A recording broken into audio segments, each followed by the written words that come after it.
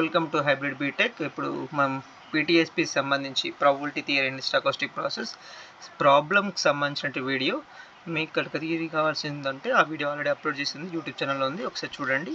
ఇక్కడ ప్రాబ్లమ్స్ ఏ విధంగా వస్తాయో చూద్దాం. మనం ఫస్ట్ యూనిట్లో ఇట్లాంటి క్వశ్చన్స్ మీకు ఎక్కువగా రిపీట్ అయ్యే క్వశ్చన్స్ లాగా అనిపిస్తాయి. ఇక్కడ రిపీట్ ప్రాబ్లమ్స్ అనేవి అదే ఖచ్చితంగా ఇస్తారని లేదు ఉండదు. జస్ట్ మీరు మెథడ్ నేర్చుకుంటే మీకు ఈజీ అవుతుంది. మ్యాథమెటిక్స్ సబ్జెక్ట్ కాబట్టి అదైనా అంతే ఇదైనా అంతే. సో జస్ట్ ఎట్లాంటివి వస్తాయో ఒకసారి స్క్రీన్ షాట్ తీసుకోండి. మ్యాక్సిమం అయితే మీకు టాసింగ్ కాయిన్, డైస్, ఇవి ఈజీ క్వశ్చన్స్. ఏవి టఫ్గా ఉంటాయి, జస్ట్ కార్డ్కి సంబంధించిన క్వశ్చన్, కార్డ్స్ ఉంటాయి కదా, ఆ కార్డ్స్కి సంబంధించిన క్వశ్చన్స్, బాల్స్కి సంబంధించిన క్వశ్చన్స్ అవి కొద్దిగా కష్టంగా ఉంటాయి. కానీ ఈ 4 టైప్స్లో మీకు ఏదో ఒక టైప్ ప్రాబ్లం అడగడానికి ఎక్కువ పాసిబిలిటీ ఉంది. కాబట్టి మీరు ఒకసారి క్వశ్చన్స్ మీరు టైం ఉంటే ఈ క్వశ్చన్స్ పైన దృష్టి పెట్టండి. మీకు ఒక్క మెథడ్ నేర్చుకున్నారనుకోండి, ఆటోమేటిక్గా అన్నీ కూడా మీకు ఈజీగానే ఉంటాయి. ఓకేనా? ఇంకా క్వశ్చన్స్ ఉన్నాయి, అవి కూడా మీరు స్క్రీన్ షాట్ తీసుకోవచ్చు. ఫస్ట్ యూనిట్లో ఎట్లాంటి అడిగిండు ప్రీవియస్లో అని చూస్తే, అండ్ డిఫరెంట్ డిజిట్కి సంబంధించింది, ఏబిసి పర్సంటేజ్కి సంబంధించిన వాల్యూస్ ఏం కనుక్కోమంటాడు, ప్రాబిలిటీ, డిఫెక్టివ్ ఎన్ని ఉన్నాయి, అవి ఉన్నాయి, ఇట్లాంటి క్వశ్చన్స్ అడుగుతుంటాడు. సో ఈ క్వశ్చన్స్ మీకు ఎక్కువగా ఫస్ట్ యూనిట్లోంచి రిపీట్ అయిన క్వశ్చన్స్ మీకు ఇక్కడ ఇవ్వడం. బట్ ఇవే ఇస్తాడు అని కాదు, మీకు ఈ మెథడ్లో రావచ్చు అని చెప్పడానికి.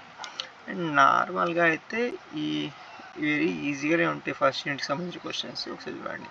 And next long answer questions ఒకసారి చూస్తే సెకండ్ యూనిట్కి సంబంధించిలో మీకు ఆల్రెడీ నేను ఆ వీడియోలో చెప్పాను. ఏమని చెప్పానంటే ఎక్స్పెక్టెడ్ వాల్యూలో లేదంటే స్టాటిస్టికల్ ఇండిపెండెంటో లేదంటే ఎక్స్పెక్టెడ్ వాల్యూకి సంబంధించిన క్వశ్చన్స్ వస్తాయని.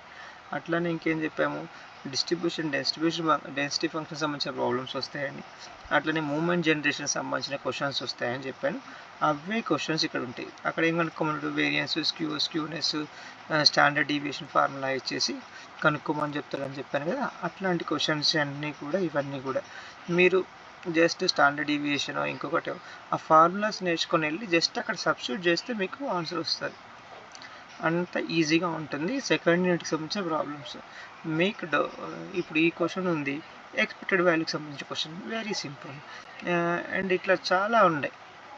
ఇక్కడ అంతకుముందు అంటూ స్క్యూనెస్ సంబంధించింది, ఇవన్నీ కూడా మీరు ఈక్వేషన్స్ సబ్స్టిట్యూట్ చేస్తే మీకు వచ్చే ఆన్సర్సే, పెద్ద కష్టపడాల్సిన అవసరం లేదు. ఇక థర్డ్ యూనిట్లో చూస్తే ఈ క్వశ్చన్స్ అన్నమాట. ఇట్లాంటి క్వశ్చన్స్ ఎక్కువగా రిపీట్ అవుతుంది. సో ఒకసారి ఇది ఫోటో తీసుకోండి. అండ్ నెక్స్ట్ అదే థర్డ్ యూనిట్కి సంబంధించిన మరికొన్ని క్వశ్చన్స్ ఇక్కడ మీకు అవైలబుల్గా ఉన్నాయి. అండ్ ఫోర్త్ యూనిట్కి సంబంధించిన క్వశ్చన్స్ ఇట్లాంటి టైప్ ఆఫ్ క్వశ్చన్స్ ఎక్కువ ఉంటుంది. మీకు టైం తక్కువగా ఉంటుంది కాబట్టి నేను క్వశ్చన్ ఏంటి అని మీకు ఎక్స్ప్లెయిన్ చేయలేకపోతున్నాను. బట్ మీరు కనుక మీకు టైం ఉంటే, నేను చెప్పేవాడిని కానీ టైం ఉండదు, జస్ట్ ఎట్లాంటివి వస్తాయని మోడల్ మాత్రమే. కాబట్టి ఈ టైప్ ఆఫ్ చూసుకోవాలని కూడా చూసుకోండి, అవుతాయి. అయితే దీంట్లో ఈ క్వశ్చన్స్ ఎక్కువగా రిపీట్ అవుతాయి. ఫైండ్ పవర్ డెన్సిటీ స్పెక్ట్రమ్ అంతకుని చెప్పాను కానీ దాంట్లో పవర్ డెన్సిటీ స్పెక్ట్రమ్ డెరివేషన్ దానికి సంబంధించిన ఇట్లాంటి క్వశ్చన్స్ అనమాట. అండ్ ఆటో కోరిలేషన్కి సంబంధించిన క్వశ్చన్స్ అయితే ఇది మీకు ఒక ఫార్ములా వచ్చింది అనుకోండి, ఇక్కడ సబ్స్టిట్యూట్ చేయడం, ఆన్సర్ చెప్పడం పెద్ద కష్టమేం కాదు. ఏ యూనిట్ అని అంతే. ఫస్ట్ యూనిట్ కూడా కొంచెం క్రిటికల్ ఉంటుంది, సెకండ్, థర్డ్, ఫోర్త్ అన్నీ కూడా జస్ట్ ఈక్వేషన్స్. ఫిఫ్త్ యూనిట్ కూడా జస్ట్ ఈక్వేషన్ సబ్స్టిట్యూట్ చేయడం, దాని ఆన్సర్ తీసుకోవడం, అంతకు మించి ఇంకొకటి ఏమీ ఉండదు. ఓకేనా? పెద్ద ప్రాబ్లమ్స్ అంటే మనకి మ్యాథమెటికల్ M1, M2 ఎగ్జామ్స్ రాసినట్టు ఏమి ఉండదు. ప్రాబబిలిటీ వెరీ సింపుల్, కొంచెం లాజిక్గా ఆలోచిస్తే సరిపోయింది. ఫస్ట్ యూనిట్ ఒకటి అట్లా ఉంటుంది. ఓకేనా?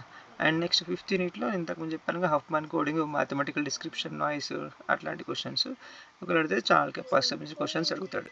కాబట్టి ఈ వీడియో కనుక మీకు నచ్చినట్లయితే సబ్స్క్రైబ్ చేయండి, లైక్ చేయండి, షేర్ చేయండి. Thank you so much.